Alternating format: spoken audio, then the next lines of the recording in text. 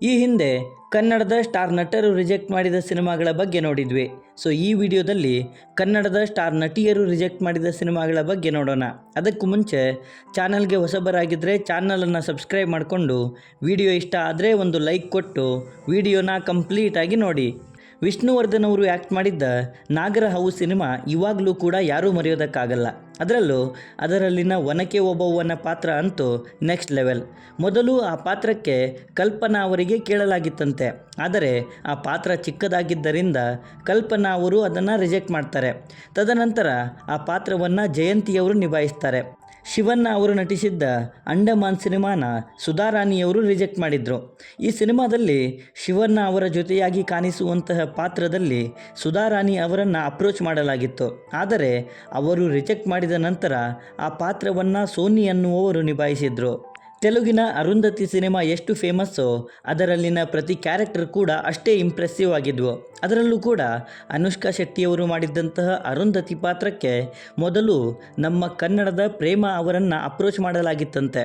ಆದರೆ ಅವರು ಬೇರೆ ಶೂಟಿಂಗಲ್ಲಿ ಬ್ಯುಸಿ ಇದ್ದರಿಂದ ಆ ಪಾತ್ರವನ್ನು ರಿಜೆಕ್ಟ್ ಮಾಡ್ತಾರೆ. ತದನಂತರ ಅನುಷ್ಕಾ ಶೆಟ್ಟಿಯವರು ಆ ಪಾತ್ರವನ್ನು ನಿಭಾಯಿಸಿ ಭಾರಿ ಪ್ರಶಂಸೆಯನ್ನು ಕೂಡ ಪಡ್ಕೊಳ್ತಾರೆ. ಜನುಮದ ಜೋಡಿ ಸಿನಿಮಾನ ನಾಗಾಭರಣ್ ಅವರು ಡೈರೆಕ್ಟ್ ಮಾಡಿ ಡಾಕ್ಟರ್ ಶಿವರಾಜ್ ಕುಮಾರ್ ಮತ್ತು ಚಿಪ್ಪಿಯವರು ಮುಖ್ಯ ಪಾತ್ರದಲ್ಲಿ ಕಾಣಿಸಿಕೊಂಡಿದ್ದರು.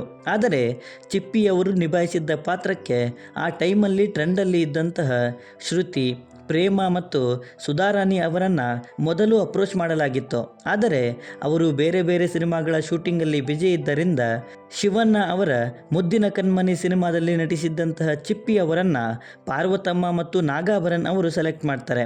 ನಮಗೆಲ್ಲ ಗೊತ್ತಿರೋ ಹಾಗೆ ಆ ಸಿನಿಮಾ ಇಂಡಸ್ಟ್ರಿ ಹಿಟ್ ಆಗಿ ಚಿಪ್ಪಿ ಅವರ ನಟನೆಗೆ ಫಿಲ್ಮ್ಫೇರ್ ಹಾಗೂ ಸ್ಟೇಟ್ ಅವಾರ್ಡ್ಸ್ ಕೂಡ ಬಂದಿದ್ದಾವೆ.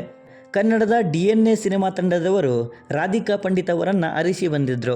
DNA ಸಿನಿಮಾ ತಾಯಿ ಮಗುವಿನ ಬೇಸ್ಡ್ ಸಿನಿಮಾ ಆಗಿತ್ತು. ಹಾಗಾಗಿ ಆ ಸಿನಿಮಾದಲ್ಲಿ ತಾಯಿ ಪಾತ್ರಕ್ಕೆ ರಾಧಿಕಾ ಪಂಡಿತ್ ಅವರಿಗೆ ಅಪ್ರೋಚ್ ಮಾಡಲಾಗಿತ್ತಂತೆ. ಬಟ್ ಕಾನ್ಸೆಪ್ಟ್ ಇಷ್ಟ ಆಗಿದ್ದರೂ ಕೂಡ ತಾಯಿಯ ಪಾತ್ರ ಮಾಡಲು ರಾಧಿಕಾ ಪಂಡಿತ್ ಅವರು ನಿರಾಕರಿಸಿದರು.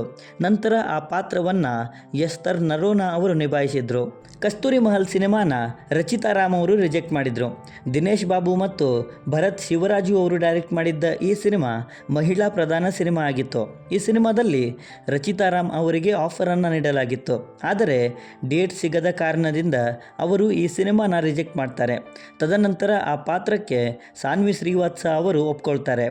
ಹಾಲುಂಡತವರು ವಿಷ್ಣುವರ್ಧನ್ ಮತ್ತು ಸಿತಾರಾ ಅವರು ಅಭಿನಯಿಸಿದ್ದು ಟಿ ರಾಜೇಂದ್ರ ಸಿಂಗ್ ಬಾಬು ಅವರು ಡೈರೆಕ್ಟ್ ಮಾಡಿದ್ದಂಥ ಸಿನಿಮಾ ಇದು. ಇದೊಂದು ಮಹಿಳಾ ಪ್ರಧಾನ ಸಿನಿಮಾ ಆಗಿತ್ತು. ಆ್ಯಂಡ್ ಸಿತಾರಾ ಅವರು ಮಾಡಿದ್ದ ಪಾತ್ರಕ್ಕೆ ಮೊದಲಿಗೆ ಸುಧಾರಾಣಿ ಅವರಿಗೆ ಆಫರನ್ನು ಕೊಡಲಾಗಿತ್ತು. ಆದರೆ ಅವರಿಗೆ ಹೆಲ್ತ್ ಇಶ್ಯೂಸ್ ಇದ್ದರಿಂದ ಅದನ್ನು ಸಿತಾರಾ ಅವರು ಮಾಡಬೇಕಾಯಿತು.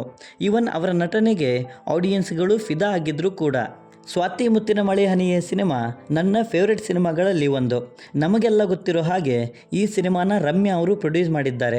ಮೊದಲಿಗೆ ಈ ಸಿನಿಮಾಗೆ ಹೀರೋಯಿನ್ ಆಗಿ ಕೂಡ ಅವರೇ ಸೆಲೆಕ್ಟ್ ಆಗಿದ್ದರು. ಆದರೆ ಕಾರಣಗಳಿಂದ ಅವರು ಈ ಸಿನಿಮಾದಿಂದ ದೂರ ಉಳಿಯಬೇಕಾಯಿತು. ನಂತರ ಆ ಪಾತ್ರದಲ್ಲಿ ಸಿರಿ ರವಿಕುಮಾರ್ ಅವರು ಕಾಣಿಸಿಕೊಂಡಿದ್ದಾರೆ. ರಮ್ಯಾ ಅವರು ರಿಜೆಕ್ಟ್ ಮಾಡಿದಂತಹ ಇನ್ನೊಂದು ಸಿನಿಮಾ ಅಂದರೆ ಉತ್ತರಕಾಂಡ ಸಿನಿಮಾ ಕನ್ನಡದ most awaited upcoming cinema. Daali Dhananjay ಮತ್ತು ಡಾಕ್ಟರ್ ಶಿವರಾಜ್ ಕುಮಾರ್ ಅವರು ಸಿನಿಮಾದ ಮುಖ್ಯ ಪಾತ್ರದಲ್ಲಿ ಕಾಣಿಸಿಕೊಳ್ತಿದ್ದಾರೆ. ಈ ಸಿನಿಮಾದಲ್ಲಿನ ಒಂದು ಪಾತ್ರಕ್ಕೆ ರಮ್ಯಾ ಅವರನ್ನು ಸೆಲೆಕ್ಟ್ ಮಾಡಲಾಗಿತ್ತು. ಬಟ್ ರಮ್ಯಾ ಅವರು ಆ ಪಾತ್ರವನ್ನು ಸಹ ರಿಜೆಕ್ಟ್ ಮಾಡಿದ್ದಾರೆ. ರಶ್ಮಿಕಾ ಮಂದಣ್ಣ ಅವರು ವೃತ್ರ ಅನ್ನೋ ನಾಯಕಿ ಪ್ರಧಾನ ಸಿನಿಮಾದಲ್ಲಿ ನಟಿಸಬೇಕಾಗಿತ್ತು. ಆದರೆ ಬೇರೆ ಭಾಷೆಗಳ ಆಫರ್ಸ್ನಿಂದ ರಶ್ಮಿಕಾ ಅವರು ಈ ಸಿನಿಮಾನ ಕೈ ಬಿಡ್ತಾರೆ. ಆರ್ ಗೌತಮ್ ಅವರು ಡೈರೆಕ್ಟ್ ಮಾಡಿದ್ದ ಈ ಸಿನಿಮಾದಲ್ಲಿ ನಂತರ ನಿತ್ಯಶ್ರೀ ಅನ್ನುವವರು ಕಾಣಿಸಿಕೊಂಡಿದ್ದಾರೆ. ಪೂರಿ ಜಗನ್ನಾಥ್ ಅವರು ಡೈರೆಕ್ಟ್ ಮಾಡಿದ್ದ ಸಿನಿಮಾ ಅಪ್ಪು. ಪುನೀತ್ ರಾಜ್ಕುಮಾರ್ ಅವರ ಡೆಬ್ಯೂ ಸಿನಿಮಾ ಇದಾಗಿತ್ತು. ಈ ಸಿನಿಮಾಗೆ ಮೊದಲು ರಮ್ಯಾ ಅವರನ್ನು ಮೇನ್ ಫೀಮೇಲ್ ಲೀಡ್ಗೆ ಸೆಲೆಕ್ಟ್ ಮಾಡಲಾಗಿತ್ತು. ಆದರೆ ಕೊನೆ ಗಳಿಗೆಯಲ್ಲಿ ಪಾರ್ವತಮ್ಮ ಅವರು ರಮ್ಯಾ ಅವರನ್ನು ರಿಜೆಕ್ಟ್ ಮಾಡ್ತಾರೆ. ನಂತರ ಅವರ ಕಂಪನಿಯ ಪರ್ಮನೆಂಟ್ ಸಿನಿಮಾಟೋಗ್ರಾಫರ್ ಆಗಿದ್ದಂತಹ ಸಿ ಗೌರಿಶಂಕರ್ ಅವರ ಪುತ್ರಿ ರಕ್ಷಿತಾ ಅವರನ್ನು ಆ ಪಾತ್ರಕ್ಕೆ ಸೆಲೆಕ್ಟ್ ಮಾಡ್ಕೊಳ್ತಾರೆ. KGF ಸಿನಿಮಾದ ಸಕ್ಸಸ್ ಬಗ್ಗೆ ನಮಗೆಲ್ಲ ಗೊತ್ತು. ಈವನ್ ಆ ಸಿನಿಮಾದಲ್ಲಿನ ಪ್ರೈಮ್ ಮಿನಿಸ್ಟರ್ ರಮಿಕಾ ಸೇನ್ ಪಾತ್ರದ ಬಗ್ಗೆ ಕೂಡ ಗೊತ್ತು. ಆ ಪಾತ್ರ ಎಷ್ಟು ಪವರ್ಫುಲ್ ಆಗಿತ್ತು ಅಂತ.